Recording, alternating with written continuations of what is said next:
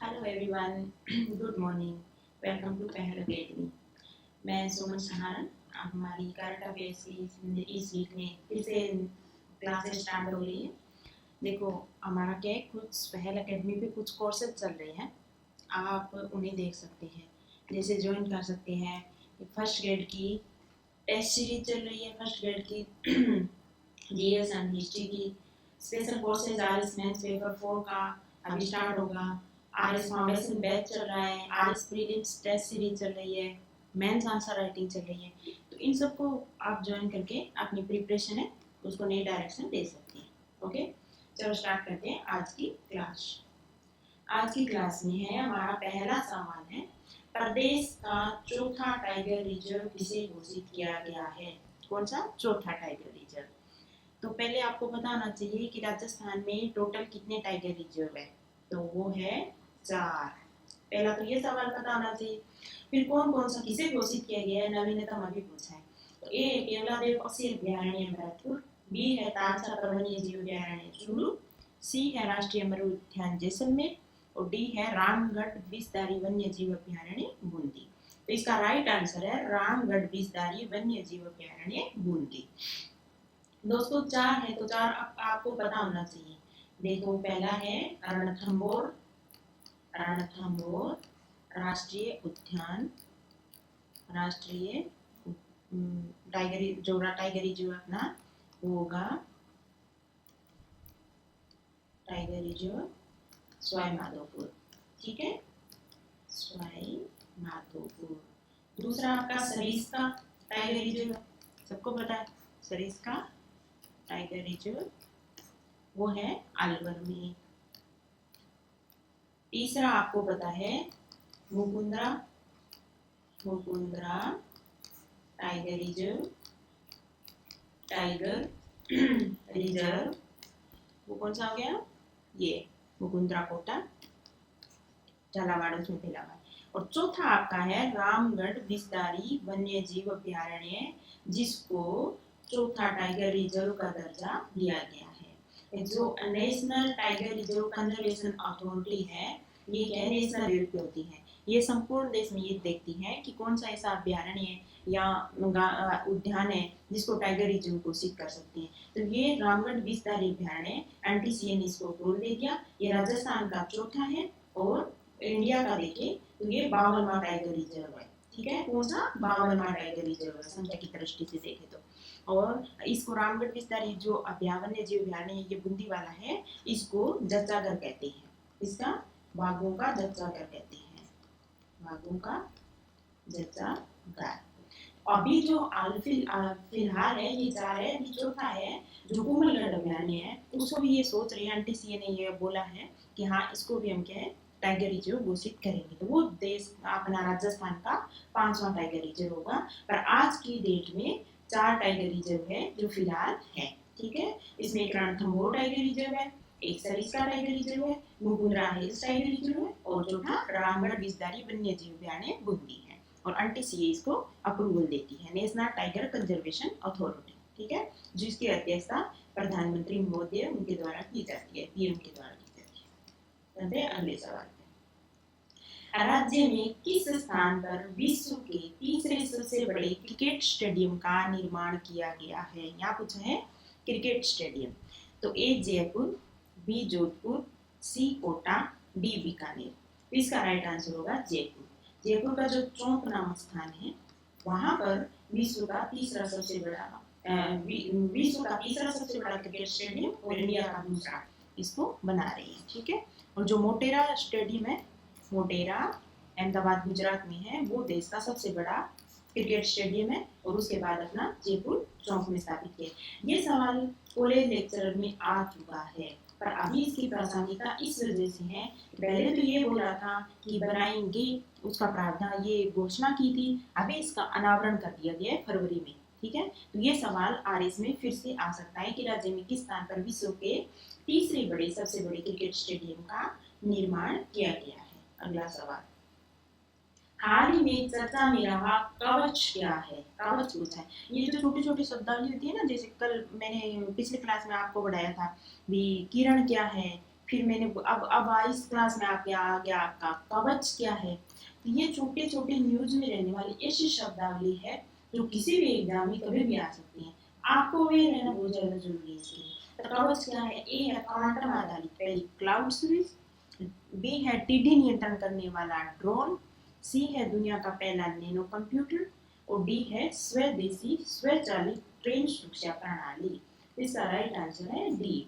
देखो ट्रेन में क्या है, बहुत ज्यादा एक्सीडेंट होते थे, ट्रेन एक्सीडेंट, तो उसको रोकने के लिए सरकार कवच लेके आई है, जिसके थ्रू स्वदेशी अपना बिल्कुल और स्वचालित ऑटोमेटिक ट्रेन सुरक्षा प्रणाली है। ये ब्रेक है, ऑटोमेटिक ब्रेकिंग सिस्टम है, उसको करेगा ये, ठीक है, कंट्रोल करेगा। तो वो है आपका कवच, स्वदेशी स्वचालित ट्रेन सुरक्षा प्रणाली कवच है। ये सवाल है जो में लिख करना है, संयुक्त सैन्य अभ्यास है। हर एक सैन्य अभ्यास किस देश के साथ हो रहा है, फिलहाल न्यूज में कौन सा है, पिछले साल न्यूज में कौन सा था, क्यों आरएस प्रीलिम्स या मेंस है, इनके बीच अभी ये वैकेंसीज है जो जल्दी होगी, वरना 2-3 साल लगते हैं। तो न्यूज है जो करंट की न्यूज है वो 2-3 साल की न्यूज है वो आपकी करंट की न्यूज हो जाती है। तो ये जो एक्सरसाइज है या ऐसा कोई सैन्य अभ्यास दो देशों के बीच में हो रहा है तो वो आपको पता होना बहुत ज्यादा जरूरी है। रक्षा, ये है ना डिफेंस वाला, ये पार्ट आपके प्रीलिम्स के लिए वेरी इंपॉर्टेंट है। स्पोर्ट्स हो गया, डिफेंस हो गया, इनमें से सवाल आते हैं। और क्या है करंट में और कौन से सवाल आते हैं, कोई यहाँ तो पर्सनैलिटी है जो चर्चा में रही है, कोई आयोग हो गया उनका अपॉइंटमेंट हो गया अभी हाल फिलहाल में हुआ है, या फिर डिफेंस में इसरो या फिर डीआरडीओ द्वारा कोई नई चीज की है वो आ गया, या सैन्य अभ्यास आ गया किसी के साथ, तो ये यहाँ स्पोर्ट्स में कौन सी चर्चा में है। तो ये कुछ कोर पॉइंट है प्रीलिम्स में, ऐसे कोर पॉइंट जो आपको बहुत ज्यादा ध्यान में रखना है। करंट का मतलब ये नहीं कि कुछ भी न्यूज में चला वो करंट हो गया, नहीं, एग्जाम के पॉइंट ऑफ व्यू से कौन सा इंपॉर्टेंट है वो ध्यान में रखना बहुत ज्यादा जरूरी है। तो उससे आपके क्या सवाल सारे कवर हो जाते हो। यहाँ के संयुक्त, एक साइड आपका संयुक्त सैन्य अभ्यास, दूसरी साइड आपको देश दे रखा है। तो आपको पता होना चाहिए हमेशा, धीरे धीरे बढ़ता जाएगा। आज इन 4 देशों के आपको याद होगी, कल और 4 होंगे, तो इससे आपकी डिक्शनरी बढ़ती जाएगी धीरे धीरे। तो हैंड इन में सुमेलित सही कौन सा है ये बताना है। हैंड इन हैंड भारत चीन बिल्कुल सही है भाई। मैत्री भारत फ्रांस नहीं, मैत्री है भारत पारस थाईलैंड के बीच में होता है, ठीक है। सूर्य किरण भारत नेपाल बिल्कुल सही है, भारत नेपाल के बीच सूर्य किरण होता है। इंद्र भारत थाईलैंड नहीं, इंद्र होता है भारत प्लस रूस, ठीक है। इनमें सही सुमेलित पूछा है, तो आप ए सुमेलित, आपका 3 सुमेलित, आपका राइट आंसर हो गया बी 1 और 3। बाकी मैंने आपको राइट बता दिया। ऐसे और जैसे आ गया मालाबार आ गया, या और कोई भी देश है, थाईलैंड के साथ और कौन कौन से चले हैं, श्रीलंका के साथ कौन कौन से चले हैं, तो ये न्यूज में रहने वाली ऐसी चीजें हैं। कोई भी बुकलेट आप उठाओगे तो वहाँ मिल जाएंगे, उसके एक क्या है पूरी आप टेबल बना लो और धीरे धीरे उसको याद करते रहो। देखो अगला सवाल है, भारतीय अंतरिक्ष अनुसंधान संगठन इसरो द्वारा विकसित व्योम मित्र क्या है। यहाँ पूछा है व्योम मित्र क्या है। मानव युक्त अंतरिक्ष यान, radar imaging satellite system, Chandrayaan 1 का उन्नत संस्करण, हाफ ह्यूमनॉइड रोबोट। इसका राइट आंसर होगा हाफ ह्यूमनॉइड रोबोट। व्योम मित्र क्या है, हाफ ह्यूमनॉइड व्योम मित्र। हाफ ह्यूमनॉइड इसको रोबोट इसलिए बोलते हैं कि इसका जो ऊपर का जो सर वाला पार्ट है वो दाएं और बाएं दोनों साइड हो सकता है। वो इसके लिए भी जैसे अपना रिएक्शन करता है ना, वैसे इसकी बॉडी थोड़ी रिएक्ट करती है, इसको हाफ ह्यूमनॉइड व्योम मित्र नाम दिया है। तो इसरो क्या है गगनयान भेजेगा अपना, गगनयान अंतरिक्ष यान है, अंतरिक्ष में मानव युक्त अंतरिक्ष यान है। इसरो का ये है कि हम 2022 तक इसको भेजेंगे, ठीक है। उससे पहले क्या है कि एकदम से तो मानव को अंतरिक्ष में भेज नहीं सकते, तो ये क्या है व्योम मित्र है ना, एक तरीके से टेस्टिंग होगी अपनी जो गगनयान है इसकी टेस्टिंग के लिए व्योम मित्र एक रोबोट बनाया। ये इसमें कैमरा लगे हैं, सेंसर लगे हैं, है ना, आदि टेक्नोलॉजी से पूरी तरह से ये लैस है। इस व्योम मित्र ये जाके पूरी तरह देखा है ना कि हाँ अब हम मानव को अंतरिक्ष में भेज सकते हैं। तो इसके लिए इसरो द्वारा जो हाफ ह्यूमनॉइड रोबोट है उसका निर्माण किया गया है, ठीक है। आगे चलते हैं राजस्थान। ये देखो मैं आपके लिए आज से लेके मान के चलो आप 7, 8 या 10 दिन तक डेली का एक सवाल लेके आऊंगी कृषि बजट पे। किस पे? कृषि बजट। बजट पे सवाल आते हैं, बजट पे सवाल मैं कंटिन्यू बना रही हूँ।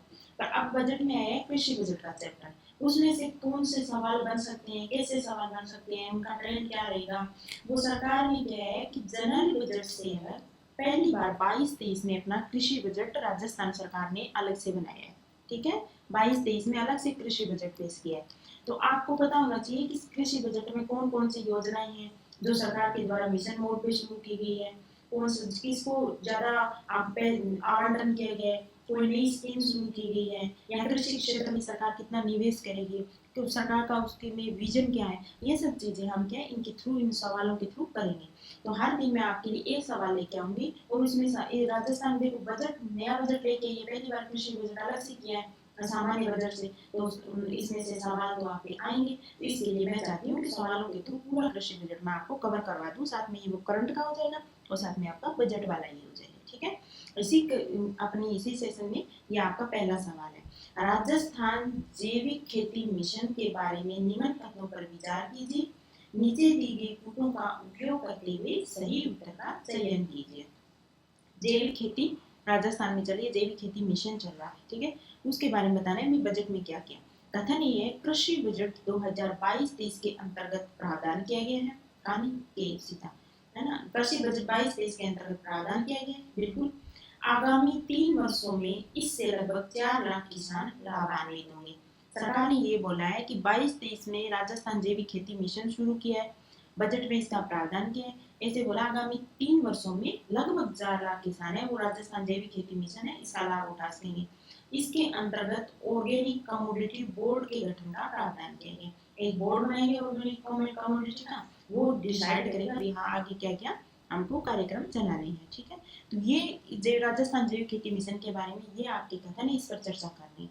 तो उपरोक्त सभी बी केवल A B C B C इनमें से कोई नहीं, इसका राइट आंसर है उपरोक्त सभी। ठीक है, ये तीनों कथन आपके सही है कि राजस्थान जैविक खेती मिशन है। अब आपका प्रीलिम्स में नॉर्मल सा सवाल आ जाएगा कि राजस्थान जैविक खेती मिशन है, इसके बारे में बताइए। आपको पता होना चाहिए भी कृषि बजट 22-23 में इसके अंतर्गत प्रावधान किया गया है। आगामी 3 सालों में सरकार इसके थ्रू क्या 4 लाख किसान है उसको लाभान्वित करेगी। इसके अंतर्गत हम ऑर्गेनिक जो कमोडिटी बोर्ड है उसका भी गठन करेंगे। अब जैविक खेती का मतलब होता है राज्य सरकार अब इसकी ओर ज्यादा शिफ्ट हो रही है जैविक खेती की तरफ। क्यों, अब देख लो हाल फिलहाल में देख लो डीजल के दाम है इतने ज्यादा बढ़ रहे हैं, पेट्रोल इतना ज्यादा बढ़ रहा है, अब खाद जो और भी जो फर्टिलाइजर उनके दाम बहुत ज्यादा बढ़ रहे हैं। तो इससे क्या खेती है बहुत ज्यादा महंगी होती जा रही है धीरे धीरे। और उससे क्या है ये अगर चीजें यूज करेंगे हम कृषि में यूज करेंगे तो जो हमारी मृदा है उस पर बहुत ज्यादा गलत असर पड़ रहा है। एक बार तो हो सकता है बहुत ज्यादा प्रोडक्शन हो जाए, पर धीरे धीरे क्या है उसकी उर्वरा शक्ति कमजोर होती जा रही है। तो इससे निपटने के लिए सरकार अब क्या है शिफ्ट हो रही है जैविक खेती की तरफ, जिसमें क्या है गोबर की खाद है ना, ये सब जो जैविक तरीके हैं जिसके थ्रू क्या मृदा को कोई नुकसान ना हो। ये परंपरागत तरीके जो बहुत लंबे टाइम बाद हो सकता है आपका प्रोडक्शन बढ़े, पर आपकी जो जमीन है वो पूरी तरह से सही रहेगी। तो सरकार इसके लिए जैविक खेती मिशन शुरू करी है, ताकि इस ये क्या है थोड़ी महंगी टेक्नोलॉजी, इसमें जो टेक्नोलॉजी अभी इतना रिसर्च नहीं हुआ है, तो जो भी खाद वगैरह मिलती है जैविक खाद वो ज्यादा थोड़ी महंगी होती है। इस वजह से जो सामान्य किसान है वो उसको अफोर्ड नहीं कर पाता। तो सरकार क्या है इन योजनाओं के थ्रू वो जो किसान है उनको क्या है जागरूक भी कर रही है, उनको वित्तीय सहयोग भी कर रही है, ताकि वो उनकी तरफ ज्यादा उनका रुझान बढ़े। ठीक है, चलो दोस्तों आज की स्लाइड में इतना ही। अगर आपको और ज़्यादा लेना है कंटेंट, जैसे हमें अभी योजनाएं पढ़ी जो भी चीज़ें पढ़ी, तो उसके लिए आप जो पहला अकेडमी ऐप है उसमें न्यूज़ फीड है उसमें जाके वहाँ से ले सकते हो। और टेस्ट सीरीज जो free test series first grade की अभी स्टार्ट करने वाले हैं, 21 में से स्टार्ट होगी। जीएस प्लस अभी फिलहाल में हिस्ट्री सब्जेक्ट की हो रही है, वो फ्री ऑफ कॉस्ट है, तो आप वो ऐप पे जाके डाउनलोड कर सकते हो। आरएस फाउंडेशन बैच चल रहा है जिसमें हिस्ट्री प्लस पॉलिटी है उसकी क्लासेस चल रही है, तो आप वहाँ अच्छे जो बेस्ट एजुकेटर्स पढ़ा रहे हैं उनसे वो हिस्ट्री और पॉलिटी ले सकते हैं। हिस्ट्री और पॉलिटी बहुत मेजर सब्जेक्ट है प्रीलिम्स के लिए भी और मेंस के लिए भी, तो आप वो क्लासेस भी ज्वाइन कर सकते हो। आरएस प्रीलिम्स टेस्ट सीरीज देख सकते हो, मेंस आंसर राइटिंग की प्रैक्टिस कर सकते हो। जो भी मतलब आरएस में आपको प्रीलिम्स प्लस मेंस में सिलेक्शन के लिए जो चाहिए, जो कंटेंट आपको चाहिए, वो आपको पहल अकेडमी ऐप है उस पर ऑनलाइन जो प्लेटफॉर्म है उस पर आपको उपलब्ध है। आप जल्द से जल्द उसको ज्वाइन करके और अपना जो इन्हांस कर सकते हो, अपने नॉलेज को, अपनी प्रिपरेशन को एक नई डायरेक्शन दे सकते हो। ओके दोस्तों, थैंक यू।